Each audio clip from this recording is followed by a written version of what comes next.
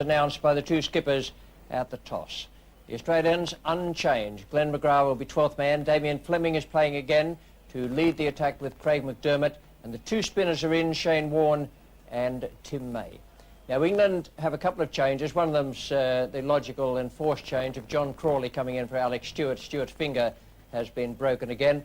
But a big change down the bottom there. Philip de Freitas, who they say has done a hamstring, has been replaced by Angus Fraser, and it'll be interesting to see how Fraser bowls on this pitch. Sean Udall is the 12th man. Well, Tony Greig reported that conditions were pretty good out there, but the general consensus is that there'll be a bit of life in this pitch. Now, Michael Atherton won the toss and decided to bat, and there'll be some life, and certainly there'll be some swing for the pace bowlers. There always is here on the first morning of a test match.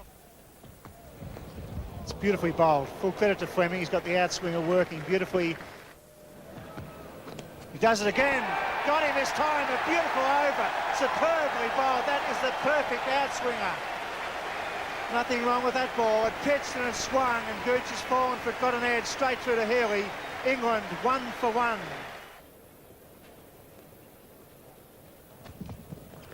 Oh, nearly took up the off bail with the off cutter. Superb delivery.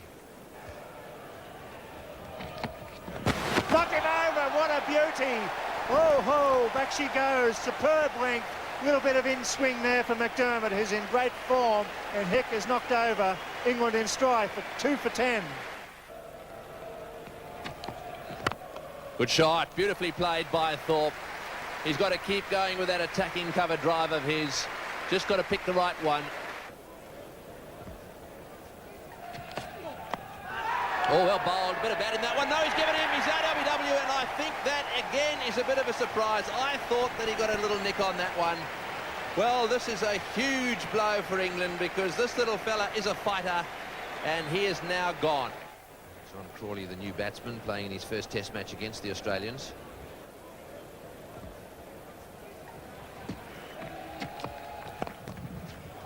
That's a fine shot. We talked about his strength on the onside. Well, we just got a good look at it there. Runs there. Good piece of timing. It should go all the way. Yes, that's a lovely cover drive.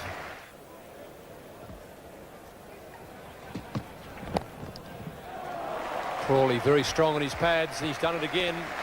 3 for 98. 33 to Crawley and 43 to Atherton. Shane Warne to bowl. Good shot. Well, it's McGrath who does the chasing now, having been pulled across from mid-off to mid-on. Outfield is quite fast. 1 for 28. 4 maidens in the 13 he's bowled so far. There's a wrong one.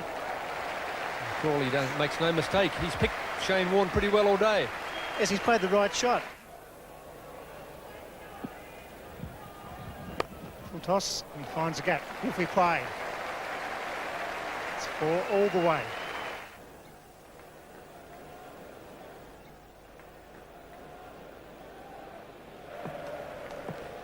The new ball is the big danger, and there it is. The new ball has done the trick. Craig McDermott, the best of the Australian bowlers, has struck again. Michael Atherton looking as though he was a bit tentative coming forward there. And that's in the edge, and it's in the air, and he's gone. The worst possible time to have to come and bat at the end of a long day. Got him, he's out. Caught slip. That's a good bit of bowling there by Fleming. Fleming has got one to go quite late. It hit the outside edge and went flying to second slip.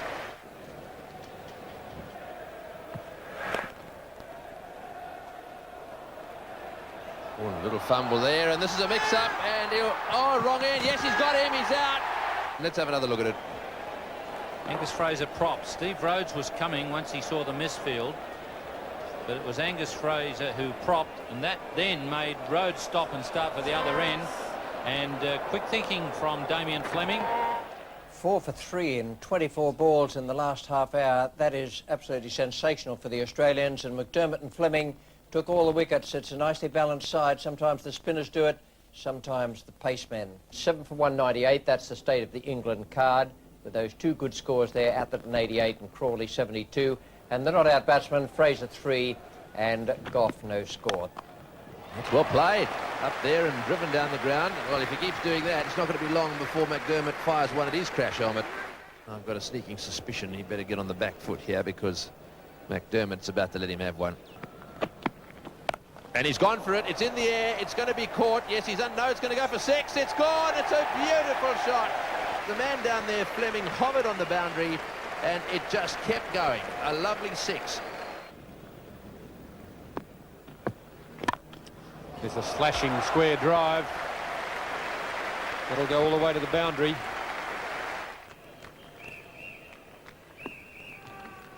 And down the ground he goes again. Doesn't wait for Craig McDermott to loosen up. It was up and straight, and that's exactly where he hit it. And again, Goff goes hard at the ball, and he's over, well and truly over cover. Well, he's looking for any sort of way to get a run. He wants his 50 and he's got it, and he's really enjoyed it, and he deserves it as well. It's been a very impressive performance by Darren Goff. The England supporters have enjoyed it, but look at this young man.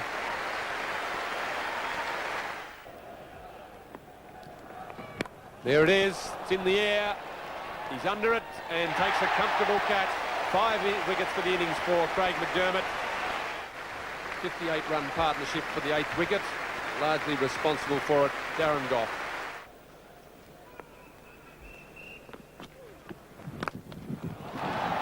That is something Devon Malcolm will remember all his life.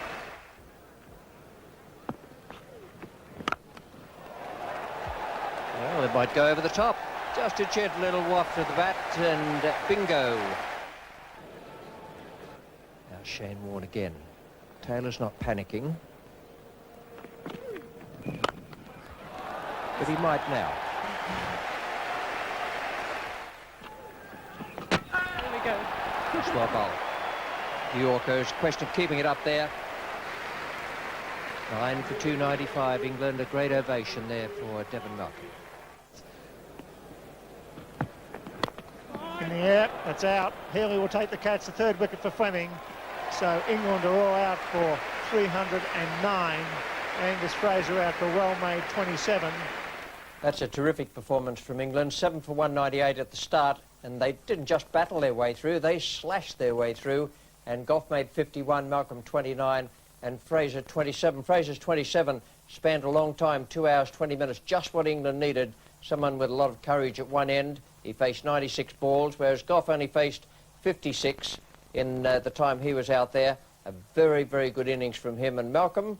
He made his 29 from just 18 balls, and a good performance to take them up to 309. So the rain came, unfortunately, during the luncheon interval, and 25 minutes of play were lost after the luncheon interval, and we can have a look after the break to see how the Australians batted when they came out onto the field. Pitching up this time, and there was a chance there. Michael Gatting can't believe the instincts were there to throw it. For some reason or other, he held on to it.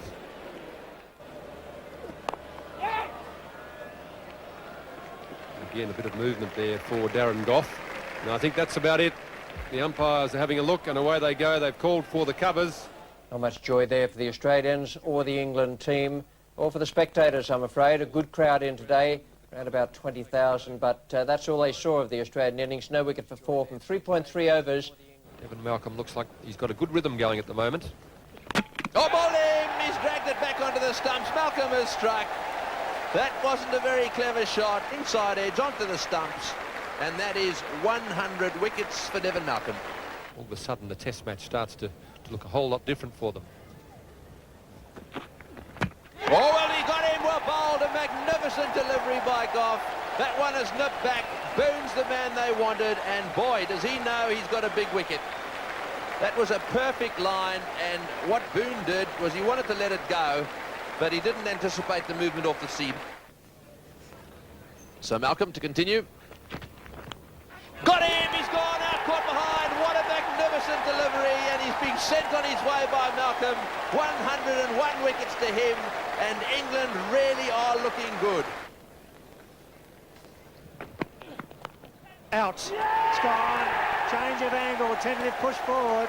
and reward for Angus Fraser and Australia on the ropes here at 4 for 38. It was a straightforward catch, but a good one, and very, very well bowled by Fraser. Those bowled him. Steve Waugh looked as though he wasn't really positive about playing a shot there, half wanting to leave the ball alone. I think he's helped it onto his stumps. It really has been a tough morning for the Australian batsmen this morning. It's in the air, another wicket to finish off the session before lunch, and Darren Gough has bowled beautifully this morning, as have all the England bowlers, and it's been their session. Big shout there, there's two noises, he's gone. Worn out for another duck at 7 for 61. Well, England are on a roll, not only this morning but this afternoon, everything going right for them. Out, yes, it's got in, beautiful bowling. The outswinger May fended a very sharp catch, and Tim May's gone. Tail at the non-striker's end. It's 8 for 65. It's down to third match ball.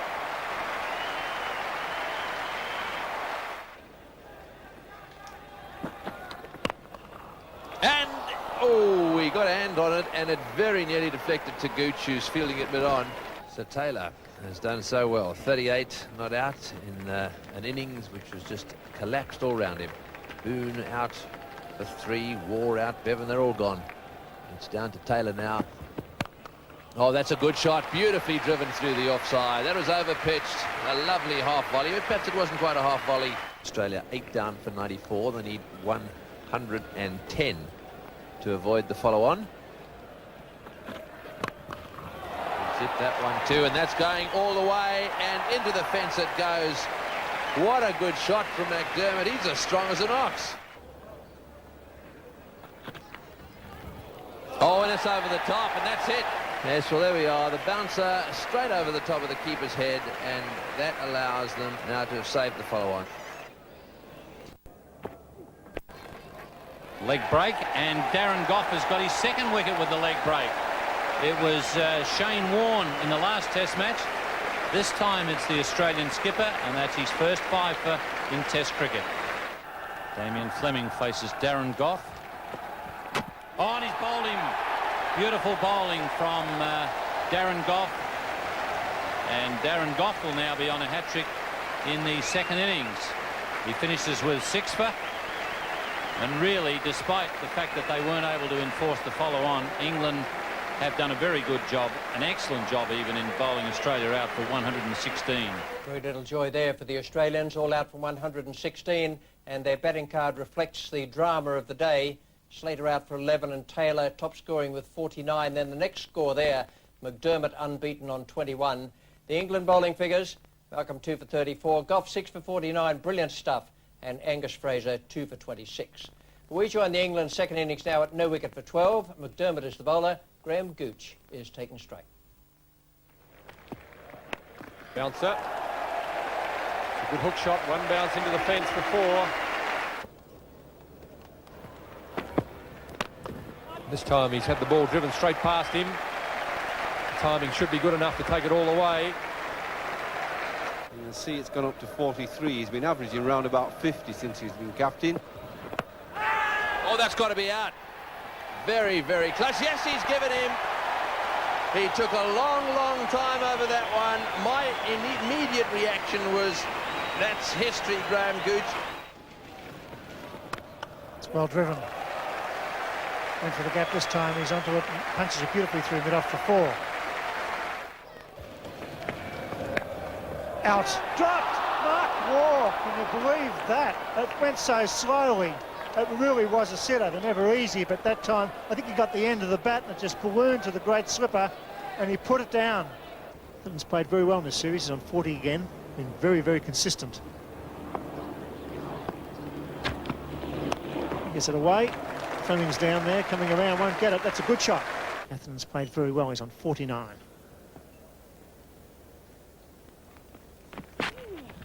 Sweeps, and it's well played. Well, that's a nice 50 by Michael Atherton. Been hard worked. A hard-won half-century. Well, that's well hit. He's a powerful man, Graham Hick.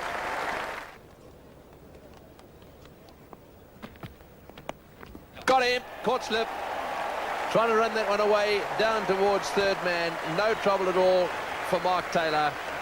Tim May coming to the bowling crease. That's well played. It was quite close to off stump, but Thorpe, pretty good off the back foot, has cut that one away for 4.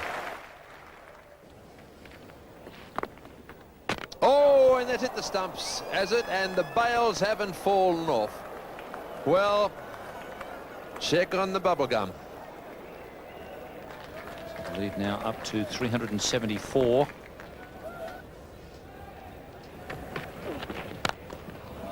And just wide of the man to cover.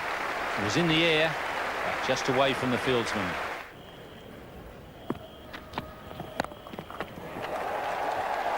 Almost as though he expected it, and it's gone over the top.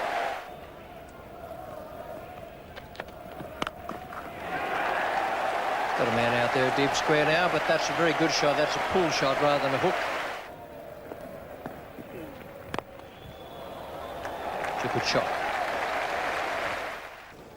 447 runs in front. I would have thought that's enough. And for his sake, I hope that it doesn't get down to the last half an hour of the match and he runs out of time. He can't do it. 2 for 255. Yes, he's had enough. Atherton has had enough. And I agree with him totally. I think that's exactly, he's given him plenty of time. And the crowd here are stunned by this.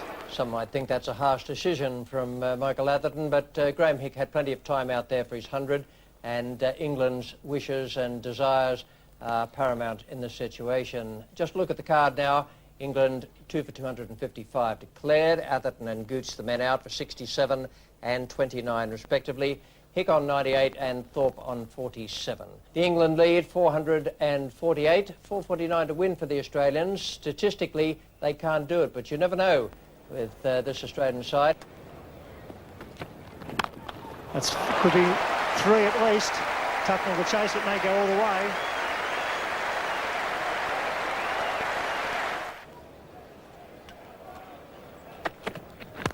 That's a beautiful shot. That's a shot of the match almost, off the back foot. That's 4 more, so all of a sudden Australia raced to 32 without loss.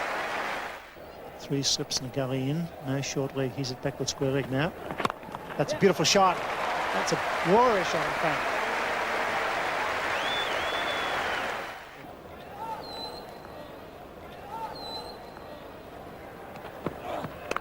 In the air again, but well short and wide of the gully.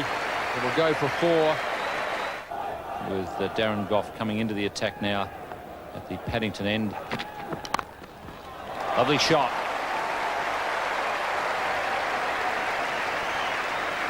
.64 to Mark Taylor, 65 to Michael Slater. So a terrific effort by the Australian openers. They haven't lost a wicket. They've put on 139 and they require 310 runs with 10 wickets in hand tomorrow. This is the way the game looked at the beginning of the final day. The Australians bowled out for 116 and none for 139 in their second innings, with Mark Taylor and Michael Slater on 64 and 65 respectively. Well, here at the SCG, the weather was okay, but the forecast wasn't. They were talking about storms later in the day, but certainly we were able to get away to a prompt start and on a pitch that is playing very, very well for the Australian batsmen. Big task for them. They'll have to create history if they're to win, but they do stand in there with a chance. Slater down the wicket, goes over the top. Has he got it over the top? No, he's dropped it. Oh, you cannot believe this. They don't want to win. But dear, oh dear, when you can't take catches as simple as this one, you don't want to win test matches.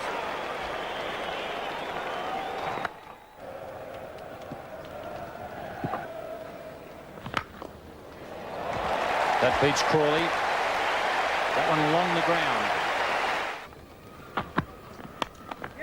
Once again, Fraser too short. Taylor has been predominantly on the back foot in this innings. Taylor coming for a third. Trouble at the other end. They've gone for the wrong end. It was a pretty good throw from Devon Malcolm. Taylor's struggling there, and he was... Oh, that's interesting. That's out by a couple of inches or whatever. You can see there that 400s to win have only ever happened twice. And he's pulled that one away very well, and that is magnificently played. He's into the 90s as well now, Taylor. That's it. Huge cheer as Slater goes flying down the pitch, back to the third, and that is his 100. Magnificently played. 1 hour and 50 minutes was lost due to rain after the lunch break, and after an early tea was taken, Australia was left to face 38 overs up to 6 p.m. and a further minimum 15 overs after that. It's going to be Angus Fraser to bowl from the Randwick end. It's away, it's Tucknell's out there. He's got it! What a catch! Shane Goodbar! Tucknell, of all people, running to his left, took a magnificent catch. That was beautifully judged. The end of a magnificent innings by Michael Slater. 103, the partnership ends. Australia 1 for 208. 100 to Mark Taylor, superb knock.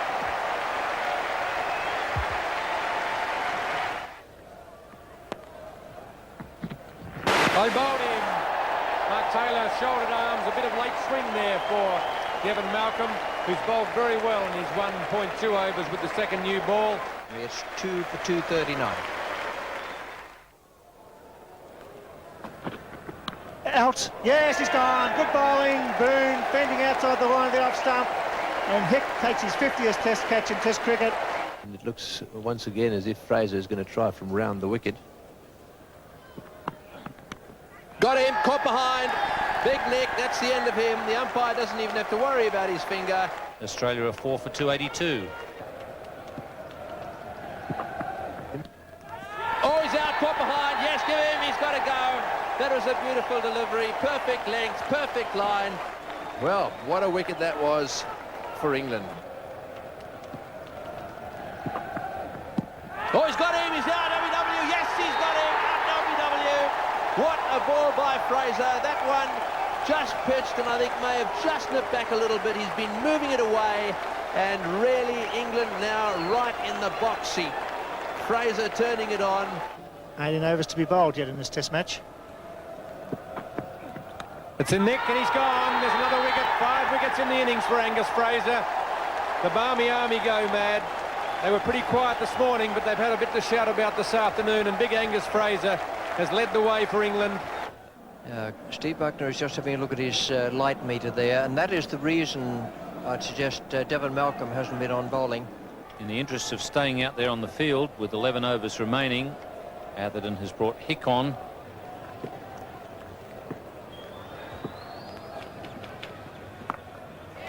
That's a good shot.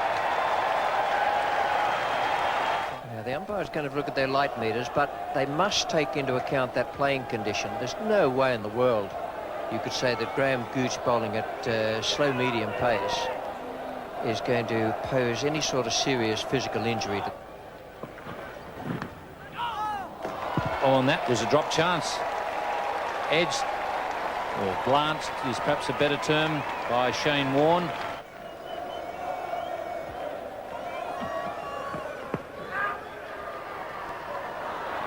It's at the point of pleading now.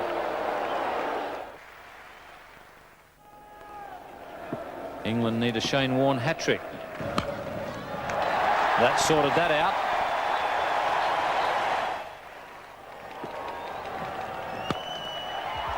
And straight to Devon and on the deck. So that's a rather appropriate way for England to finish. In the end, you would have to say it was their fielding that has cost them the opportunity to win this match. A terrific effort from the two Australian spinners there. Shane Warne 36 not out and Tim May 10 not out. A partnership of 52, and that was great. That saved Australia after there'd been the middle order slump. The England bowling, Darren Gough 1 for 72 and Fraser magnificent. 25 overs, 3 maidens, 5 for 73. Now Devon Malcolm up the top, 21 overs for him, and in the end Atherton couldn't bowl him because of the deteriorating light, and that was a cruel blow for the England captain and might well have made a big difference.